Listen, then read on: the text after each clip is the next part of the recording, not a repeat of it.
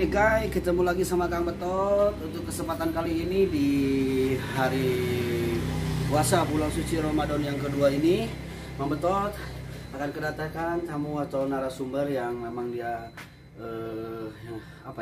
pengusaha sukses katanya. Tapi di situasi pandemi seperti ini dia itu menurun atau misalkan bangkrut, entah apa, kita nggak tahu. Pokoknya guys, simak aja guys. Kita lihat nih bahasannya dan curhatannya si pengusaha tersebut ya.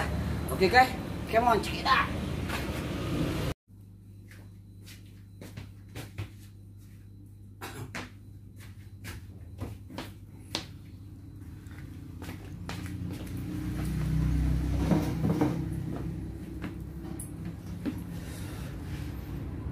Dari tadi nungguin guys,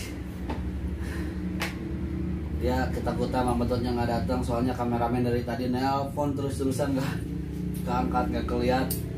Karena apa? Mang Betot lagi di jalan, dia buka bareng sama keluarga. Mungkin sibuk ikut perjalanan macet ya. Macet banget. Macet Dari banget. Antapani ke sini ke lokasi macetnya luar biasa. Guys, pembahasan untuk di podcast kali ini ya, ini dia narasumber yang diundang. Ini adalah namanya Endang siapa? Endang Lomri, tapi biasa dipanggil terkenalnya dia itu Ndul. Ndul, biasa dikenal Ndul. Itu salah satu sosok inspirasi juga mungkin buat kita, karena kita nggak tahu juga apa yang akan diceritakan di podcast kali ini ya. Inspirasi kehidupan atau inspirasi kemana ini teh bos? Ya, siapa aja lah. Yang terpenting ada bisa menjadi panutan juga di channelnya Mang Betot buat yang lainnya yang lainnya menonton ataupun dia yang selalu mengikuti di channelnya Mang Betot. Ini Pak Bos baru ngundang saya. Padahal ini akun udah lama, tapi baru diundang saya sekarang. Waduh, kacau ini. Dari dulu ini baru diundang ke sini karena sibuk kayak katanya dia atur jadwal. Jadi saya udah berbulan-bulan di kontak sama saya, tapi baru ngontek lagi sekarang. Waduh, gimana ini Pak Bos? Gimana Pak Bos? Sebetulnya bukan terlalu sibuk ya. Saya kan kemarin itu kan persiapan buat masuk ke bulan suci Ramadan ya. Ada beberapa kegiatan juga yang memang saya direncanain, baik itu di bidang usaha saya ataupun ada perencanaan masuk kegiatan di bulan Ramadan bareng keluarga gitu kan. Nah, ngomong-ngomong nih Ndul gimana Ndul di bulan puasa atau bulan suci Ramadan yang baru datang ini nih, kita baru memasuki 2 hari bulan suci Ramadan. Apa itu perbedaan dengan tahun-tahun sebelumnya yang Ndul rasakan di bulan suci Ramadan yang sekarang? Beda sih Bos, dari tahun-tahun kemarin sama tahun sekarang, karena di musim COVID-19 ini. COVID-19 katanya. COVID-19 ini, aduh, semua wabahnya ini kemana-mana, semua orang-orang pada tumbang semua. Perjalanan yang usaha gimana semua pada. Tapi puasanya lancar ya Ndul? Waduh, baru pertama 2 kali puasa udah batal. atau gimana? Bukan batal, bertahap dulu, nanti minggu depan nggak tahu ke depannya gitu. Kalau misalkan puasa seperti apa biasanya kalau anak-anak muda zaman sekarang, tanggal 1 dia bulan suci Ramadan pasti dia tamat. Terus pertengahan tanggal 15 dia pasti tamat. Nah, terakhir baru di tanggal 30 mungkin yang terakhir malam takbiran pasti tamat juga ya. Mungkin gini, puasanya tamat, bulan suci Ramadannya tamat, dari awal sampai terakhir. Awal sampai akhir aja udah. Kalau gitu. orang-orang Sunda dulu bilang, karena ini kan orang Sunda juga ya, Majalengka ya. Majalengka ini guys. Nah, jauh-jauh saya dari Majalengka diundang ke sini, guys. Nah, ini kan kalau dari Majalengka, kalau saya tanya kan suka taraweh enggak? Suka. Pertamanya taraweh, kesannya taraweh. Enggak, Pak Bos. Gini, kalau taraweh di sana, pertama taraweh itu penuh, masjid itu kecil. Dari udah pertengahan masjid itu terasa besar. Karena kenapa? Yang namanya taraweh, kesananya Tara Saraware. Tara Saware. Oh gitu, Tara Saware. Nanti ada translate di bawahnya ya, translate-nya ya. buat guys yang memang belum mengerti atau tidak mengerti dengan bahasa kata Sunda, karena kita ya orang-orang Sunda ya. Sunda. Kang, eta mah nih asa sok sapeureui nu ieu mah nya. Gimana sapeureui? Cing cobaan tes bahasa Inggris, coba anu kamari. Waduh, kami diajarkeun. What do you melong? Cenah di situ naon gol. What do you melong teh naon cek bahasa Sunda teh gitu. Kenawan cenah ningali wae kan gitu. Oh gitu. Nah, Nul nih dulu kan yang saya dengar Nul ini salah satu pengusaha yang lumayan, dia itu perkembangan yang sangat drastis lah, bisa dikatakan apa sih yang nggak dibeli sama Nul gitu, sampai Nul itu bisa menduduki sebuah apa namanya mobil, mulai mobil-mobil yang di harga berapa Nul, sampai harga berapa mungkin Nul yang biasa bawa dulu berapa sih? Ah, nggak kayak gitu bos. Dulu awal saya dari karir dari kecil dulu, dari kecil-kecil bisa menjadi punya beli mobil yang kayak gimana ya, insya alhamdulillah kebeli. Dari awal saya berkarir, bukan berkarir ya, apa namanya teh, rintis dari nol. Malahan saya sekolah tidak sekolah karena saya apa namanya teh, usaha rajin pulang ke sini belajar, usaha ya gitu. Nah, usahanya itu di bidang apa sih Nul? Itu pemirsa barangkali mau tahu usaha Nul yang Nul rintis dari kecil sampai besar itu apa? Usahanya cuman dulu punya, wah sedih kalau ceritainnya. Kalau sampai sekarang sedih kalau ceritain sekarang mah gitu, kalau diceritainnya malahan aduh kayak saya nggak apa namanya teh nggak bakalan kayak gini gitu. Bakalan kayak gini ya. Tapi di situasi pandemi seperti ini, Nang apa sih yang Nang rasain? Kenapa sih di situasi pandemi kayak gini saya dengar sangat turun drastis atau menurun dan bahkan dikatakan bangkrut ya, bangkrut pemirsa. Kita nggak tahu. Bangkrut aja teh apa memang di situ karena masuk di situasi pandemi seperti ini dia bisa mengalami satu kebangkrutan atau apa, dan penyebab suatu kebangkrutannya itu apa? Apa karena dia itu bersaing dengan pengusaha-pengusaha lain ataupun apa? Sekarang saya juga berat ini mau membahasnya karena ini membahas tentang kebangkrutannya dia, tapi dia pengen di publikasikan biar jadi pengalaman dan inspirasi buat semua pengusaha-pengusaha yang ada di Indonesia, di Bandung terutama, ya mungkin yang menonton, yang menyimak acara ini ya. Kita dengarkan apa sih yang membuat di situasi pandemi ini, apa memang betul-betul karena situasi pandemi ini atau bukan, atau ada alasan yang lain. Nul, silakan dijelaskan di depan kamera kenapa sih bisa sampai merasakan suatu kebangkrutan. Jadi gini bos, suaranya agak dikencengin bos. Jadi gini nih, zaman dulu sama zaman sekarang bedaannya drastis. Walaupun bisa anjlok turun, bisa mengalami, intinya tadi kata apa bos ya, dibilangin bangkrut. Nah, banyak turun anjloknya. Saya di bidang properti kayak gitulah. properti katanya guys.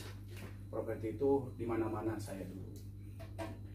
Sampai ya satu karyawan saya, ya namanya karyawan nggak bakalan, satu dipercaya nggak bakalan kesananya kalau udah melihat uang, pasti dipercayaan itu pasti udah lihat uang mah diambil gitu. Oh, berarti salah satu penyebab kebangkrutan itu yang bisa dikatakan dalam situasi pandemi seperti ini, yang pertama itu ya karena menyusutnya pergerakan-pergerakan di bidang usahanya. Yang kedua karena ada sosok karyawan yang dipercaya guys, maka mungkin jangan terlalu memberikan suatu kepercayaan kalau kita memang tidak mengenal dengan karyawannya tersebut. Nah itu betul, karena inilah yang dialami oleh saudara Nul. Berapa mobil Nul yang Nul jual ketika masuk pandemi ini Nul? Udah 4 saya jual. 4 mobil guys yang dijual. Properti saya yang di Kalimantan satu yang di Kalimantan udah dijual. Saingan bisnis zaman sekarang banyak yang anak-anak muda sekarang naik, nggak kayak dulu. Kalau dulu sedikit, walaupun dulu lebih enak dulu sama sekarang. Nah, Seperti itu, guys.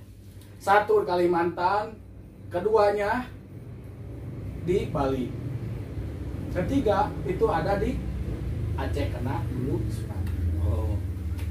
Kalau di kampungnya sendiri, lo emang nggak buka tuh properti Ada di Majalengka ya? Iya, Majalengka. Majalengka. Satu, tapi itu udah dioper alih lah. Udah lama dioper alih katanya yang ngejar. Karena Jawa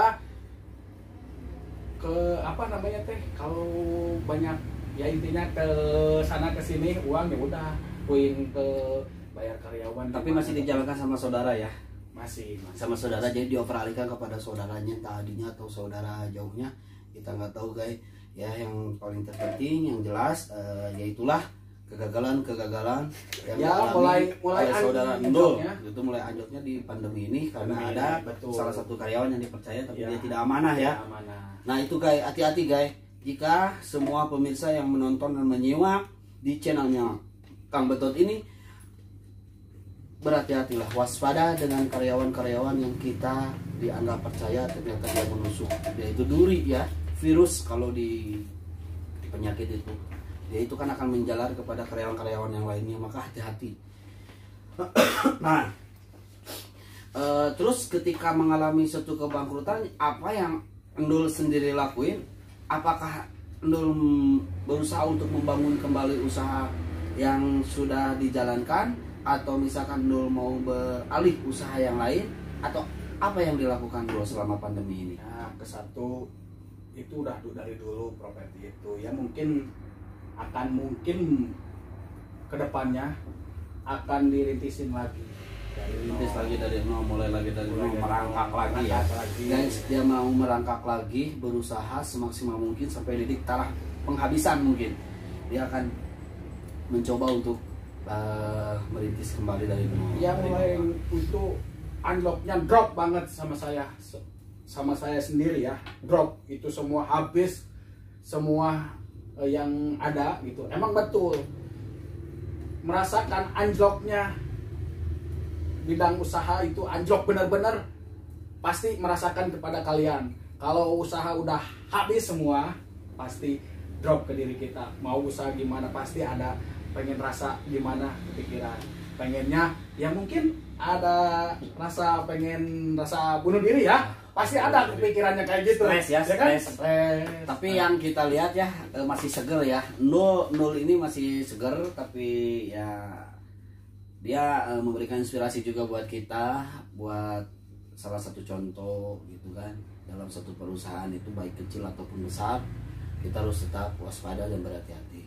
Nah, yang Nul lakukan ketika mengalami kebangkrutan seperti ini, ada kegiatan-kegiatan yang lain atau misalkan kegiatan apa hobi-hobi yang dulu tidak tersalurkan dikarenakan pekerjaan yang sekarang sudah agak surut seperti ini, tidak ada pegangan atau apa yang Nul lakuin apa sih?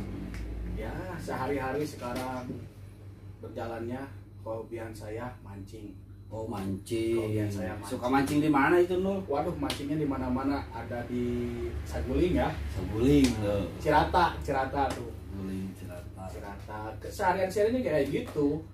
Oh dia hobinya memancing guys. Nah itu kalau misalkan memancing seperti itu, enak juga ya dia memancing ya, seharian dari pagi sampai sore. Kadang dia nggak pulang mancingnya, yang saya dengar katanya guys. Kita tanya dulu, teteh, kita tanya. Tanya. Ndul itu sebetulnya sudah beristri atau belum sih?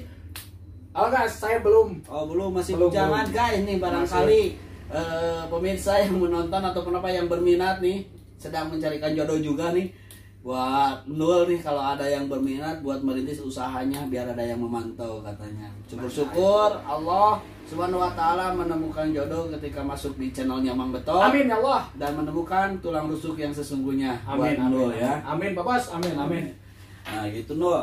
Terus saya dengar juga Nul kemarin itu pernah menjadi ini ya, dari seorang bos dia turun, kemudian dia mencoba juga, tapi dia bukan menjadi apa ya, dia itu menjadi sosok seorang supir, tapi supir itu bukan supir biasa, tapi supir yang luar biasa.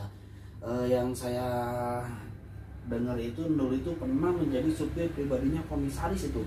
Entah komisaris apa, yang saya tahu, yang saya dengar itu komisaris dari salah satu lembaga pejabat daerah mungkin atau apa, saya nggak tahu. Kita langsung tanya aja kayak Nul, apakah betul Nul yang saya dengar itu Nul itu pernah menjadi supir pribadi seorang komisaris? Nah betul, begitu saya anjlok udah habis segalanya, tadinya merasa enak sampai ke tidak enak saya rasain. Tadinya di atas saya wah enak, sampai saya bingung mau kerja kemana, susah kalau saya tidak punya pengalaman.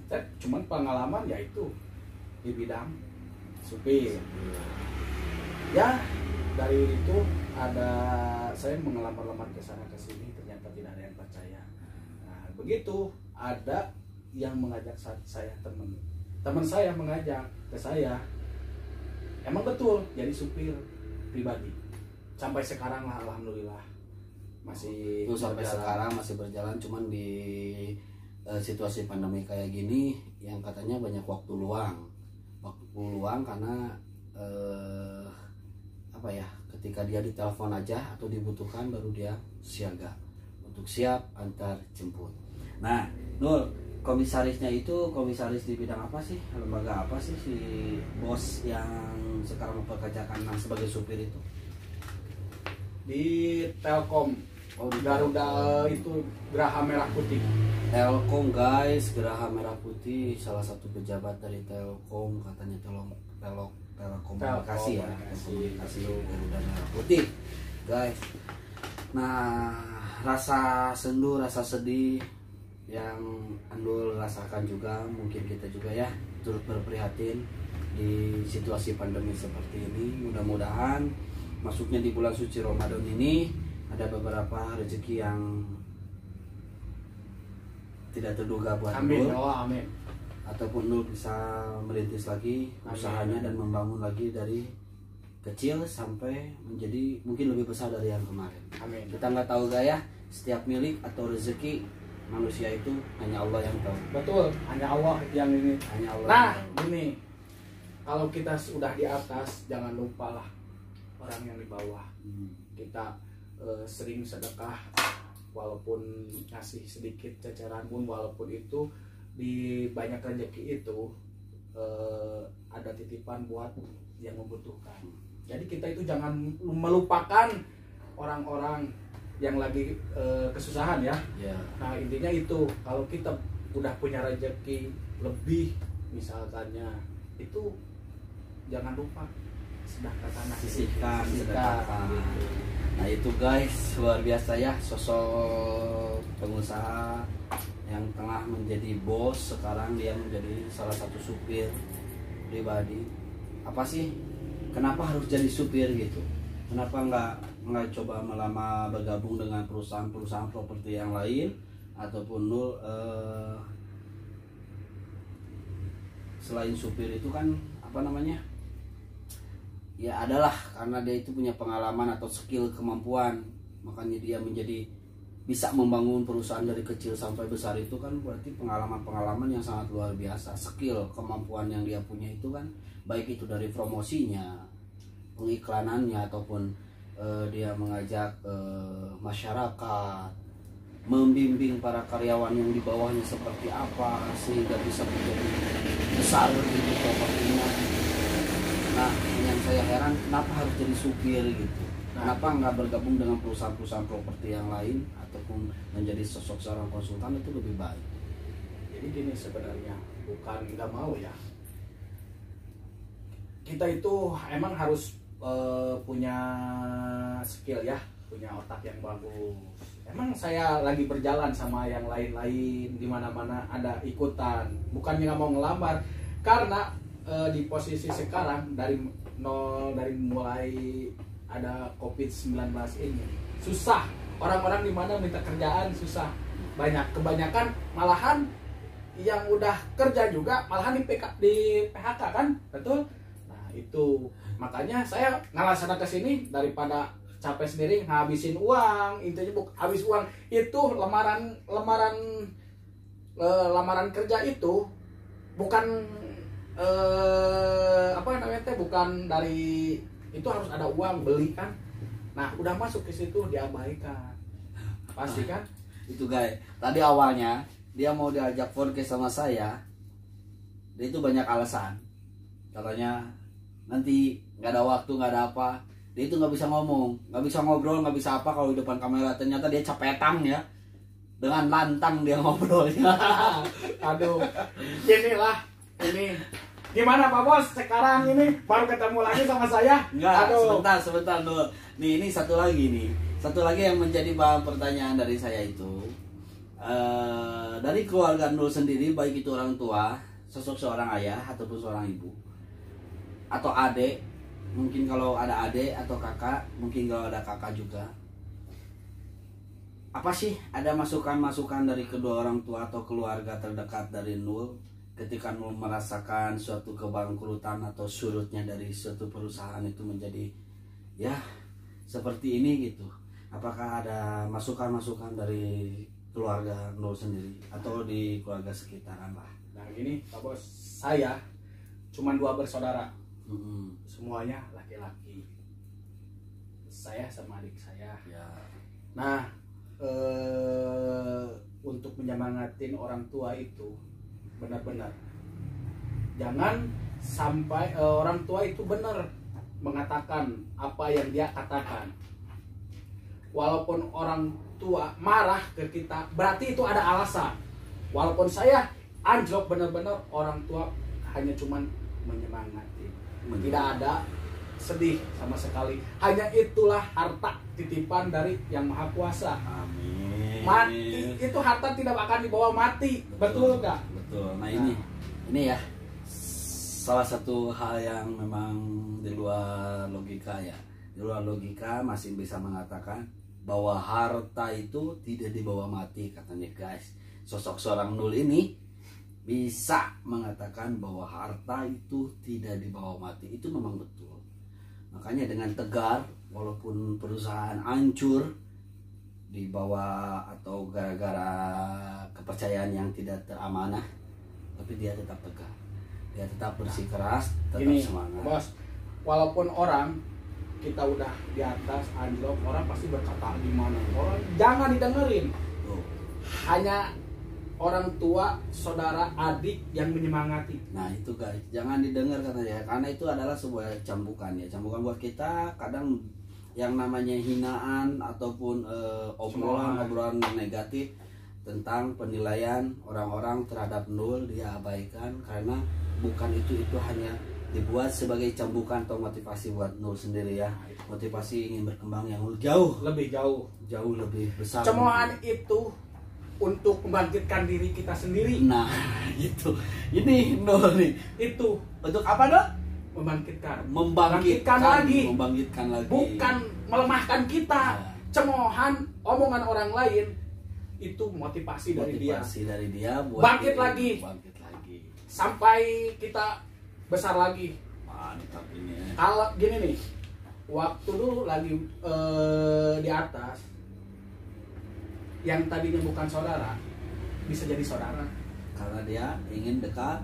ya itulah Kesuksesan kita kesuksesan kita. yang kita raih, gitu kan. Itu semenjak kalau tadinya udah anjlok, saudara itu jadi nggak ada gitu, itu pada ngejauh ya. pada ngejauh. Jadi kita di situ bisa ngebuktiin ketika kita senang, banyak orang yang mendekat ingin dianggap saudara ya. Nah itu betul. Ketika kita anjlok atau kita merasakan suatu kebangkrutan, di situ baru bisa ngebuktiin bahwa kawan atau teman yang sesungguhnya baru kelihatan ya. Baru kelihatan Nah, itu guys. itu Ini pelajaran itu juga pelajaran nih. tuh. Pelajaran yang sangat luar biasa nih buat pemirsa semuanya nih. Gitu kan. Ini Nul ini aduh luar biasa. Nul barangkali ada meluangkan sedikit waktu dalam obrolan kita untuk mengekspos atau mengiklankan di channelnya Mang Betot. Jangan lupa subscribe atau apa. Ini nih pada ke masyarakat seluruh Indonesia Ya.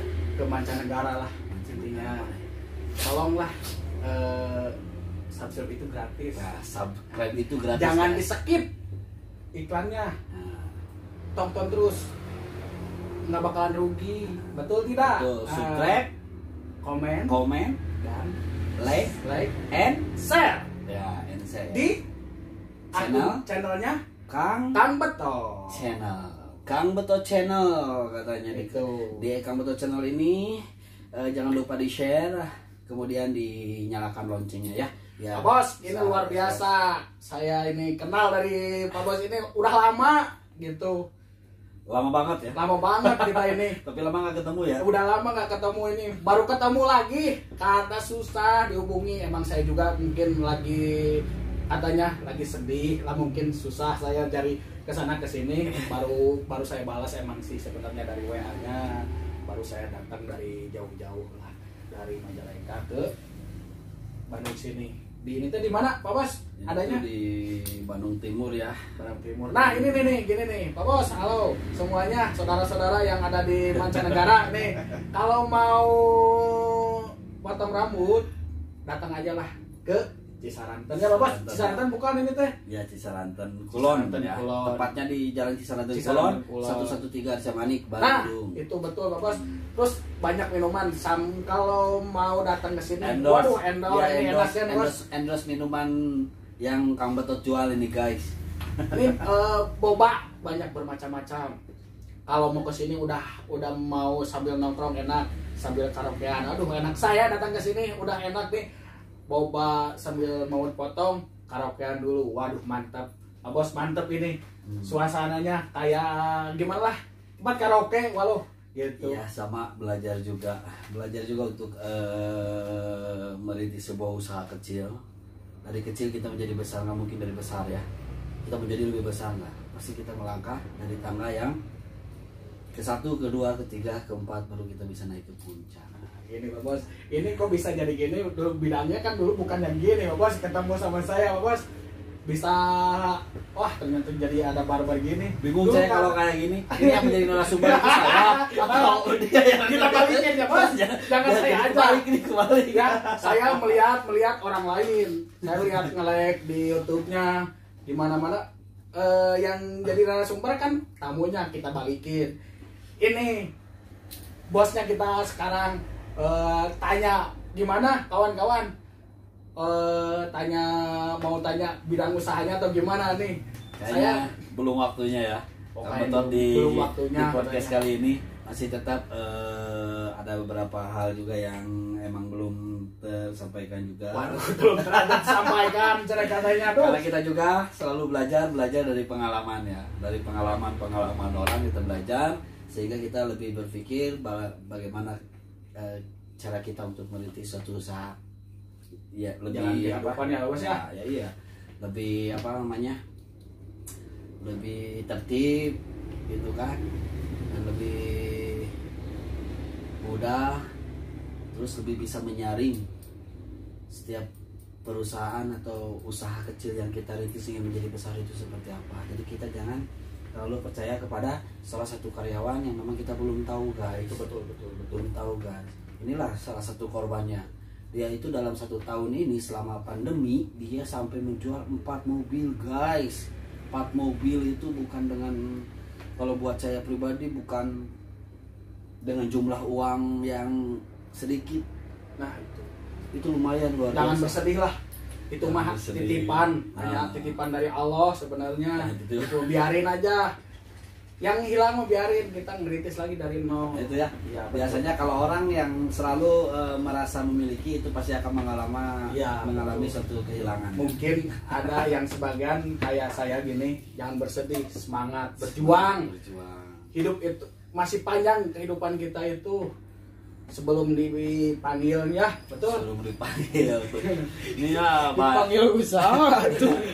Apa Yang maha kuasa. Mohon maaf juga guys, barangkali ada beberapa bahasa yang memang kurang atau lebihnya ya. Kita seperti ini ya, Nul ya.